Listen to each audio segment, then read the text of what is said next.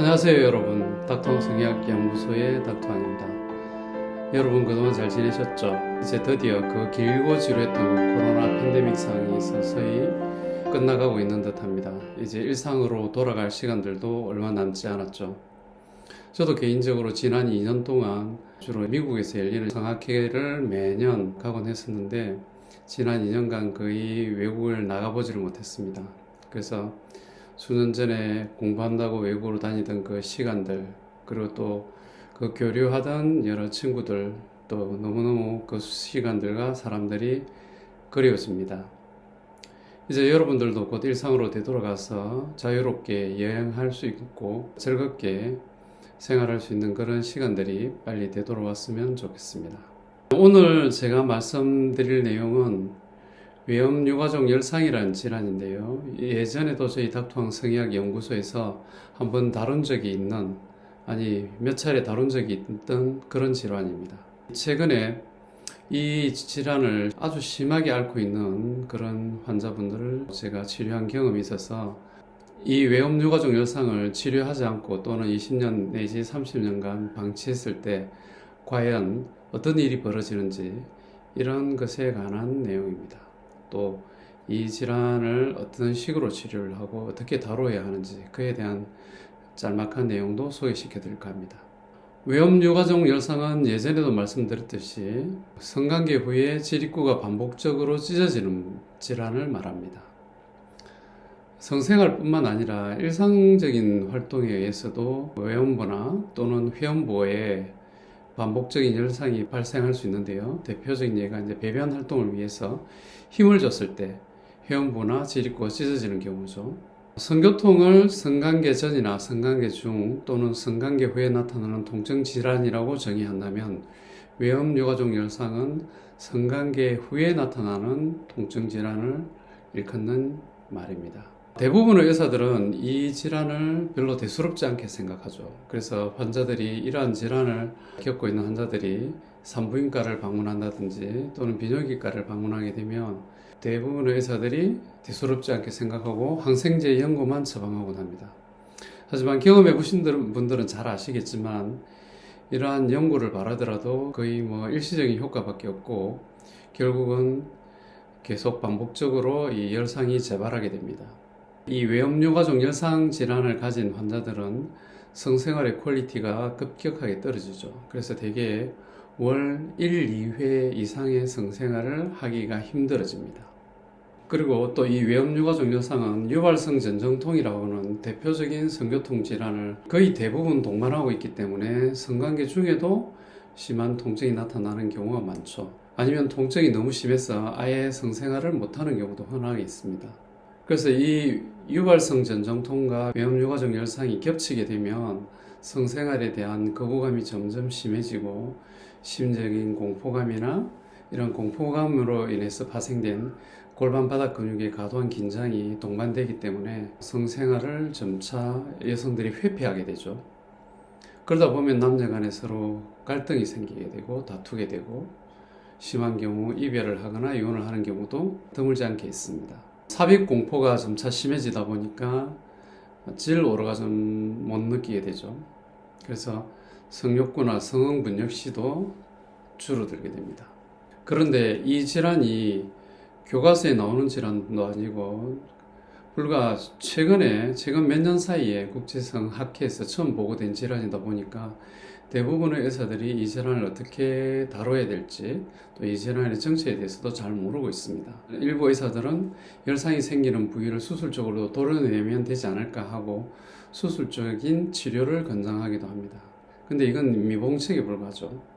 이 외염유가족 열상의 특징이 수술을 하게 되면 수술 부위를 따라서 병변이 빠르게 확장되는 특징이 있습니다. 흔히 좀비 영화를 여러분들 보셔서 아시겠지만 좀비에 물리게 되면 정상인이 좀비로 변하는 것처럼 이 외염유가족 열상 질환이 있는 환자에게 수술을 하게 되면 정상 조직도 그 수술 부위를 따라서 빠르게 병변 조직으로 바뀌게 되죠. 그래서 시간이 지나면 다시 열상이 발생하고 또 수술을 했기 때문에 지립구는 더 좁아지고 그러다 보니까 열상은 점점 더 심하게 나타나게 됩니다. 그런데 만약에 이 질환을 그대로 방치하게 되면 우리 몸에는 과연 어떤 변화가 일어날까요?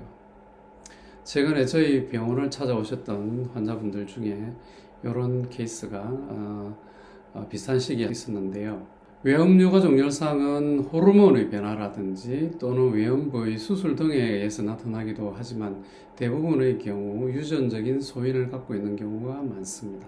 따라서 이 질환은 시간이 지남에 따라서 해부학적인 구조의 변형을 일으킵니다. 근데 이 변화도 불가역적인 변화이다 보니까 원상으로 잘 회복되지 않는 경우가 많죠. 대표적인 사례가 이제 소음순이 흡수돼서 사라지는 경우인데요. 이 흡수된 소음순은 다시 원래대로 되돌릴 수는 없죠. 외음부나 질 입구의 6시 방향에 피부가 점차 얇아지고 소음순이 아래쪽에서부터 흡수돼서 사라지게 되고 또 뿐만 아니라 음액 기두가 음액 포피와 유착이 되고 음액 포피 속으로 점차 사라지게 되고 숨게 되고 그래서 세월이 20년 내지 30년 정도가 지나게 되면 완전히 음액 기두가 피부 아래쪽으로 숨어버리기 때문에 겉으로 드러난 음액 기두를 찾을 수가 없죠. 또한 질 입구가 점점 좁아져서 아래쪽에 6시 방향이 찢어지는 것뿐만 아니라 위쪽에 12시 방향, 시계 방향으로 12시 방향의 질 입구도 반복적으로 찢어지게 됩니다. 결국에는 질 입구가 너무 좁아져서 아예 성생활 자체를 할 수가 없는 상황에까지 빠지게 되죠. 소음순도 완전히 흡수되어서 사라져버리죠. 이러한 변화는 호르몬의 변화가 급격하게 일어나는 폐경기를 거치면서 그 변화의 속도가 더 빨라지고 가속도가 붙습니다. 앞서 말씀드린 환자도 저희 병원에 와서 피부 아래쪽으로 완전히 사라져버린 음액을 찾아서 다시 노출시키는 수술을 시행해야만 했었습니다. 그리고 정상적인 성생활을 할 수 있게 되돌리기까지 상당히 힘든 시간을 보내야만 했죠.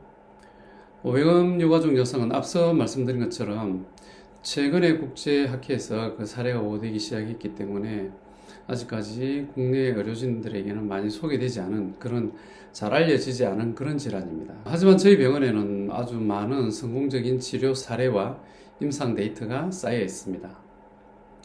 그럼 외음유가족열상이 있는지 없는지를 여러분들이 쉽게 판단할 수 있는 팁 몇 가지를 간단히 제가 소개해 드리도록 하겠습니다.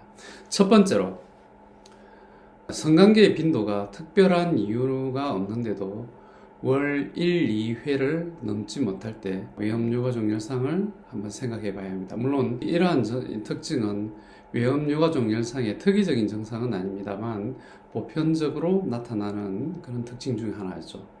두 번째로 성관계 직후에 샤워를 하기 위해서 물이 닿게 되면 외음부가 쓰리고 따갑다든지 또는 성관계 후에 매번 반복적으로 열상이 발생하고 출혈이 발생할 때 외음유가족열상을 강력하게 의심해 볼 수 있습니다.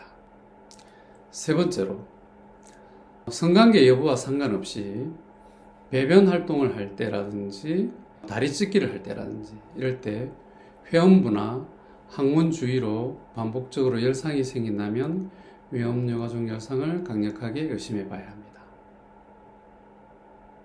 그래서 제가 말씀드린 이 세 가지 증상, 성관계의 빈도가 월 1, 2회를 넘지 않거나 관계 후에 샤워를 할 때 쓰리고 따가운 느낌이 들거나 반복적으로 찢어지거나 출혈이 있다든지 성관계와 상관없이 배변 활동 등을 할 때 회음부나 항문 주위가 반복적으로 찢어진다든지 이러한 증상이 있다면 외음유가족열상을 강력하게 의심해 볼 수 있습니다. 그리고 또 한 가지 부가적인 증상으로서 음액 기두가 반복적으로 음액 포피 속으로 숨어버리거나 잘 노출되지 않을 때도 외음유가족열상이 있음을 간접적으로 추정할 수 있죠. 외음유가족열상은 성인 여성 70명 중에 1명꼴로 나타나는 아주 드물지 않은 질환입니다. 아직 잘 알려지지 않았지만 이 질환은 성생활의 퀄리티를 심각하게 훼손하는 질환이죠. 성욕구의 저하뿐만 아니라 애분비라든지 오르가즘의 장애도 초래하게 되죠. 뿐만 아니라 방치하게 되면 해부학적인 구조가 변형이 되고 그게 되돌릴 수 없는 불가역적인 변화를 일으키는 경우가 많고 또 더 많은 시간이 지나게 되면 외음부암의 발생 빈도도 증가하게 됩니다.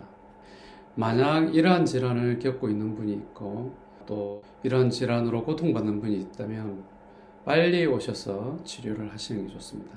이 질환은 방치하면 방치할수록 더 회복이 어렵고 빠르면 빠를수록 회복적인 구조가 변형되기 전에 소음순이 흡수되기 전에 치료를 하기 때문에 정상적인 구조를 보존할 수가 있습니다. 자, 오늘은 일반적으로 잘 알려지지 않았지만 아주 미스테리한 질환이지만 저희 병원에서 많이 치료하는 질환 중 하나인 외음유가족 열상에 대해서 여러분께 소개해 드렸습니다. 이 질환이 있다면 제가 앞서서 말씀드린 환자분들처럼 20년 또는 30년의 세월 동안 방치하지 마시고 빨리 치료를 하시는 것이 좋습니다. 또 혹시 궁금한 점이 있으시면 아래 댓글로 남겨주시면 제가 보고 상세한 답변을 달아드리도록 하겠습니다. 이상 닥터 성의학연구소의 닥터 한입니다. 좋아요, 구독 부탁드립니다. 감사합니다.